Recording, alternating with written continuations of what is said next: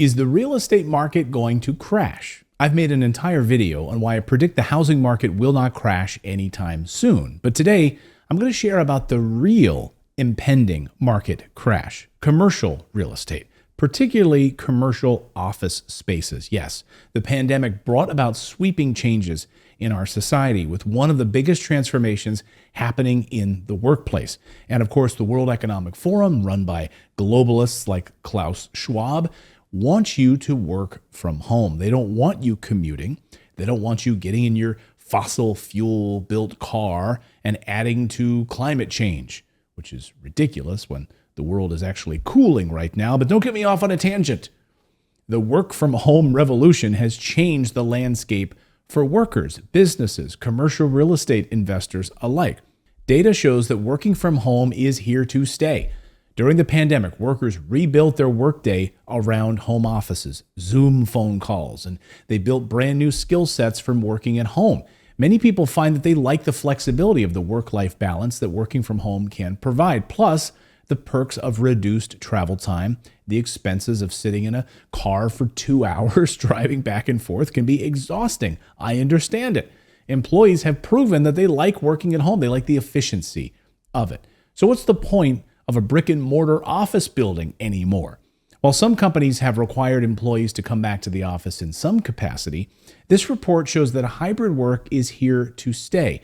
Gone are the days of madmen, like New York City, come into the office with your briefcase and stay all day, work late, go out to business dinners. That life has changed forever.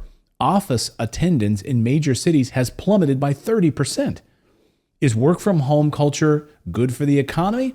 Well, the jury is still out on that one. Is it good for productivity?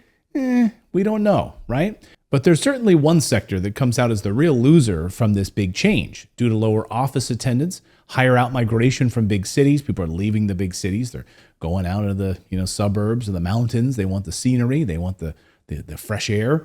And of course, the less frequent shopping that people are doing. So people aren't doing all the shopping. They're just ordering stuff online. The demand for commercial real estate is expected to dip by $800 billion in office space by 2030. $800 billion. The shopping landscape, too, has changed drastically over the past few years. Retail vacancies have increased. Rents have declined. I encourage you to take a look at the McKinsey report, Empty Spaces and Hybrid Places, to get a full overlook at how the pandemic has impacted the commercial real estate market. It is eye-opening. There's no slowdown happening, though, on the residential side. Totally different. In fact, there's a higher demand than ever for affordable housing.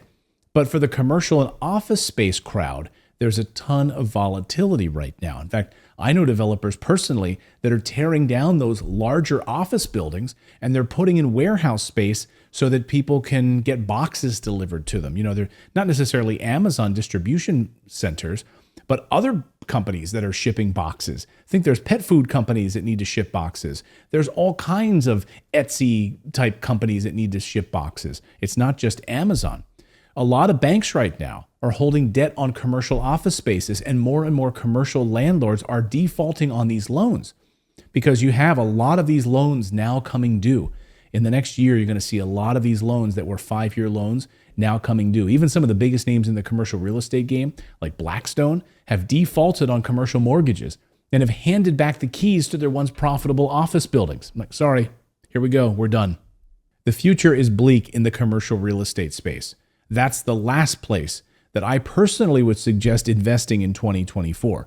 For more on this topic, be sure to check out this next video. Is a U.S. housing crash coming in 2024? Check out this next video, and we'll see you next time, everyone.